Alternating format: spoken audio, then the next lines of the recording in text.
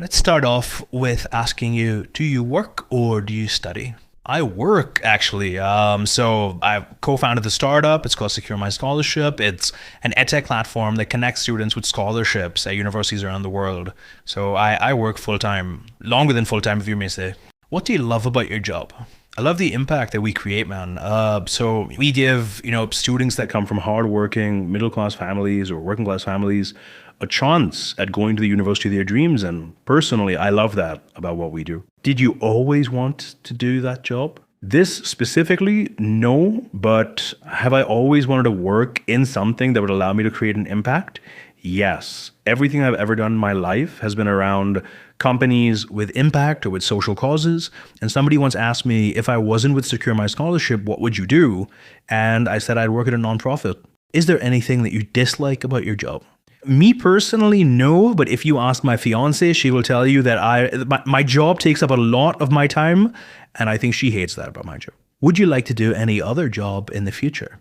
I got my hands full with Secure My Scholarship right now, but in the future, who knows? I love solving problems and helping make people's lives better. And the world has a lot of issues, so who knows? Now let's talk about mobile phones. How often do you use your mobile phone? Oh, I use my mobile phone every day. The company basically runs off my mobile phone. What are some of your favorite apps? I use LinkedIn a lot. I use a productivity tool called Asana. It allows me to track my tasks and manage my day. I use Slack a lot, internal team communication, WhatsApp, obviously. I mean, everybody uses WhatsApp. And yeah, a couple apps, not that many. I'm not one of those guys with 1,500 apps on their phone. I have about 8 or 9 apps that I use. Do you think that you use your phone too much sometimes? Yes. It's funny that you asked that. Before Secure My Scholarship, myself and the same founding team, we actually founded a startup called Lock in Stock. It was a mobile app that basically rewarded you with offers and discounts for not using your phone when you were in class. We wanted to kind of help students pay attention more in class, learn better, do better in their studies. And then when they were done, they could get, buy one, get one free at the pizza place or something like that. So, yeah. Now let's talk about your school. Did you enjoy school? That is a tough question. When I was in school, I hated it. But I think the beauty with school is that the later in life you go, the more you begin to appreciate the school that you went to. Who was your favorite teacher? My favorite teacher, was a woman named Mrs. Malika Menon. She was my math teacher in grades 10 and 11. And I really liked her classes and I really enjoyed them. And what specifically did you dislike about school? I went to a school that made academic performance very, very important. Everything revolved around, okay, do better, you got to do better, your grades, all of that stuff. Much to the neglect of maybe extracurriculars or sports. I played cricket and football in high school. And I remember we wouldn't have any training practices, any practice matches. We wouldn't go to any tournaments, or we'd go to very few tournaments. And I didn't particularly like that when I was in school. The focus on academics and not really on other stuff. Describe a period of time from your studies that was difficult. I'd say the hardest time during my studies that was difficult was when I was in university, I think second or third year of university. To go to the university that I went to, it required a lot of effort. I think my parents really saved to send me to university, and I had to get a bunch of scholarships and all of that stuff. I wanted to make the most of it, but I didn't quite know how to do that. I was majoring in economics, but I also wanted to study this class and this class and this class and all of that stuff and really make the most of my time because I was lucky to be at the university that I went to. This was perhaps 2015, 2016, second or third year of university. It was hard because I had only a limited amount of time and had to fit all of this stuff in. But I think through that experience, and I came out very well, through that experience, I learned time management, just actually breaking down what I wanted to do, how I wanted to do it. I had to schedule out my day and my week very, very, very well and really just make it happen for myself. And that was super difficult, right? Because the school I went to, everything was given to you on a platter. These are your classes, this is what you got to do. But at university, I had to basically make my own schedule. And if you were doing a simple major and that was it, then, no harm, no foul. That's very clear cut, whatever. When I graduated university, I graduated with a major in economics and minors in political science, international relations, mass communication, and business administration. I would have another minor in finance as well. So I had 4 minors that I graduated with along with my major, and I would have had a 5th minor as well. And to make all of this work and just fit it into my schedule, super difficult. But as I said, I was lucky to be at university when I was, and I wanted to make the most of my time there. So we've been talking about a difficult time you had at university, and we're going to continue to talk about university education and higher education in general. Should higher education be free to all citizens? In an ideal world, yes, I think. The cost of quality education today is incredibly expensive and is rising year over year. What happens with that is that this phenomenon then prices out so many people from the middle class and the working class who aren't given the same opportunities. It shouldn't be that, okay, only if you can afford to pay $150,000 a year, you can go to a top 10 business school around the world and succeed in life. I mean, that's not fair. It shouldn't have to be that way.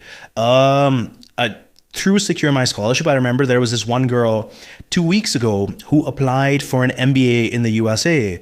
And the cost of that MBA was like $65,000, which, $65,000 is a lot of money.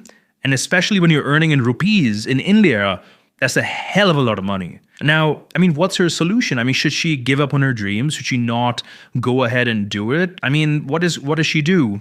She applied through our platform. We helped her get a $25,000 scholarship to bring her fees down from $65,000 to $40,000.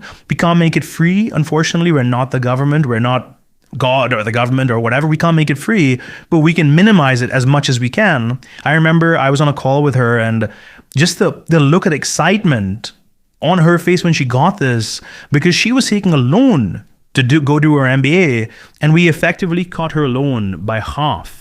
And that's amazing. Should scholarships only be given to gifted children?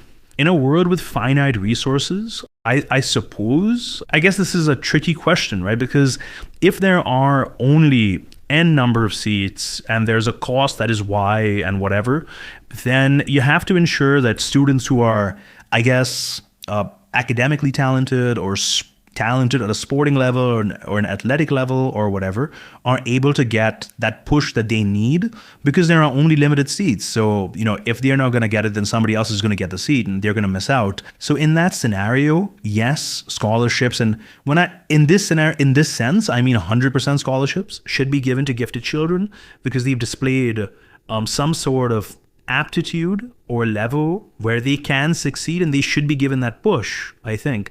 Now, who determines how scholarships are given out? And I know there's a lot of foul play at the university level, or, this guy is my cousin's kid, so give him 100% scholarship. It shouldn't be like that. There should be an unbiased council that has to vote and decide, or however these things are done, but it should be fair. But in a world with limited seats and limited opportunities, I guess, you have to make sure that students who display a level of talent get access to those scholarships, I suppose. But again, just coming back to the previous question, if every student was allowed to study, that's a much more ideal world, I think. Some people think that charities should provide gifted children with scholarships, and other people think that the government should do it. Who do you think should provide scholarships? Can I say everyone? The government, it's in the government's best interests to ensure that its best and brightest receive the best education possible, because they will then contribute to society. So it's in the government's best interest to do it.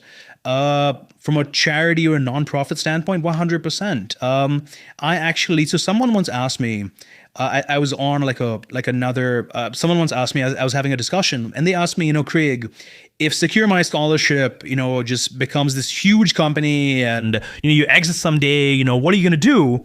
And, my ambition, at least, if I have the resources, my ambition in life is to someday open schools, not university schools, at the primary level or up to the middle school level, and make it free. just for any student to come and get a great education for free, literally. So that's something that I am passionate about. That's also why I work 100 hours a week on Secure My Scholarship.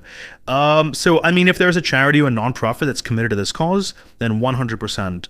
And the third, I guess, stakeholder is the universities themselves.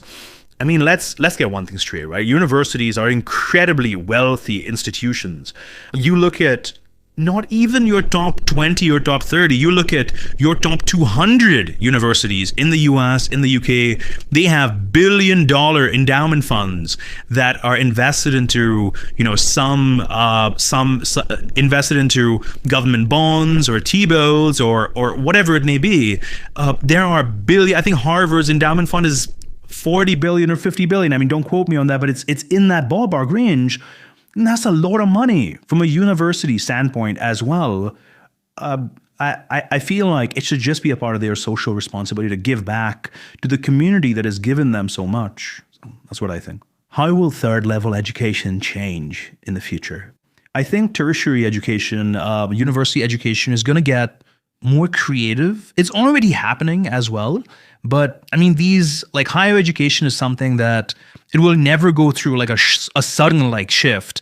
A lot of people said after COVID, everything will be online, physical campuses are done, whatever. And that just wasn't to be. I mean, even till today, we have students who apply through Secure My Scholarship for on-campus classes and online classes. And 99% of students are applying for on-campus classes. Online just didn't shake up the industry like everybody predicted. But I think the real change is in the mode of education itself. Gone are the days where you have to go to class, take notes, memorize, come back next week and regurgitate that on a test or an exam.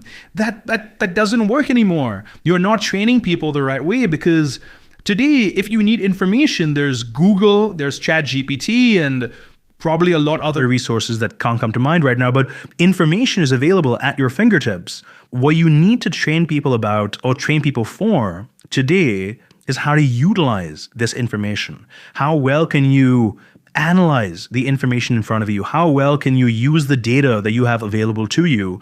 Do you know where to look? How well can you think through the problem to then break it down to then find the solution in this sea of information available on the internet? How well can you do these things? How creatively can you think through a problem and figure out a solution? These are things that cannot be replaced very easily by, ChatGPT or Google or whatever.